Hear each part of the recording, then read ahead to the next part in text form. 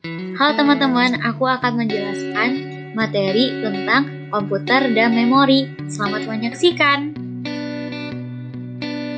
Pelajaran pertamanya tentang memori komputer. Memori adalah istilah umum yang mengacu ke perangkat fisik komputer. Apa saja yang mampu menyimpan data baik secara permanen maupun sementara. Memori komputer dapat memiliki dua sifat, yaitu 1.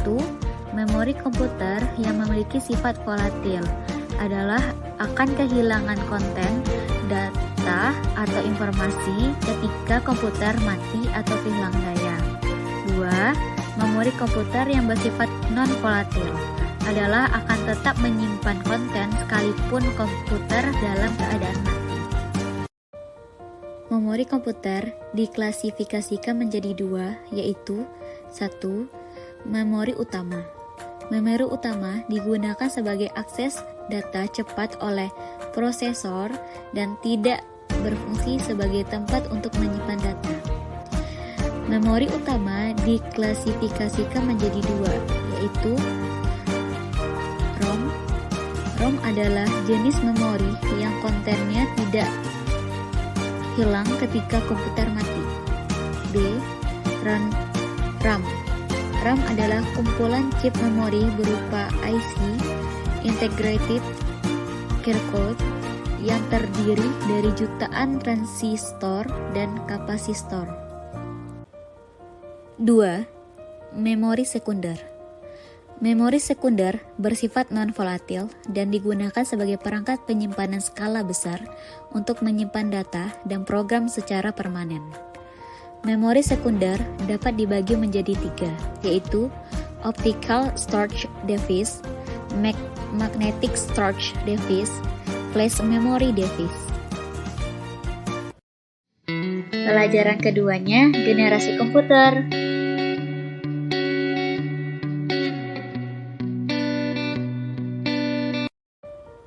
Satu, komputer generasi pertama dari 1946 sampai 1956. Ciri-ciri komputer generasi pertama.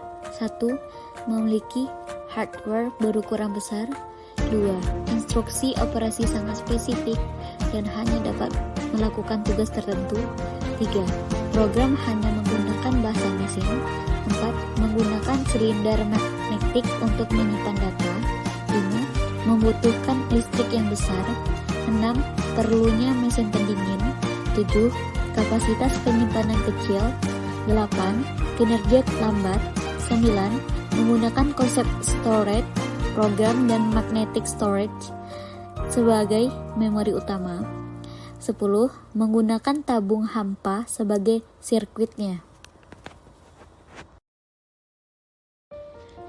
2.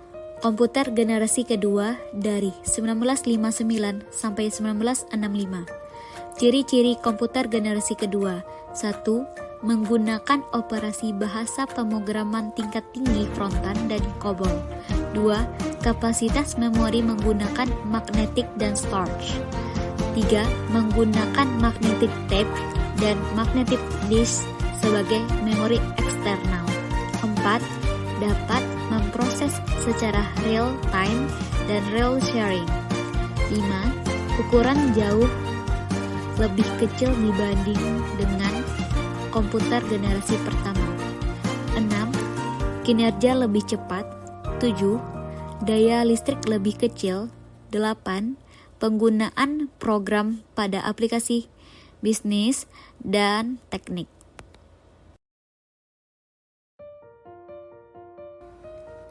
Tiga, komputer generasi ketiga dari 1964 sampai 1970. Ciri-ciri komputer generasi ketiga. 1. Daya listrik lebih kecil. 2. Harga terjangkau. 3. Memori lebih besar. 4. Komputer dapat melakukan multiprocessing. 5. Software meningkat. 6. Dapat terhubung dengan komputer lain. 7. Disket magnetik sebagai penyimpanan eksternal. 8. Memakai visual display dan dapat mengeluarkan suara. 9. Kecepatannya 10.000 kali dibandingkan dengan generasi pertama. 4. Komputer generasi keempat dari 1971 sampai 2000-an. Ciri-ciri komputer generasi keempat. 1. Menggunakan LCE. 2. Digunakan untuk perorangan. 3. Efisiensi dan dapat dibawa kemana-mana seperti laptop. 4. Menggunakan semikonduktor dan mikroprosesor untuk memorinya. 5. Komputer generasi kelima, dari sekarang sampai masa depan. Ciri-ciri komputer generasi kelima. 1. Menggunakan LCE. 2. Fitur semakin banyak. 3. Kecepatan pemrosesan informasi meningkat.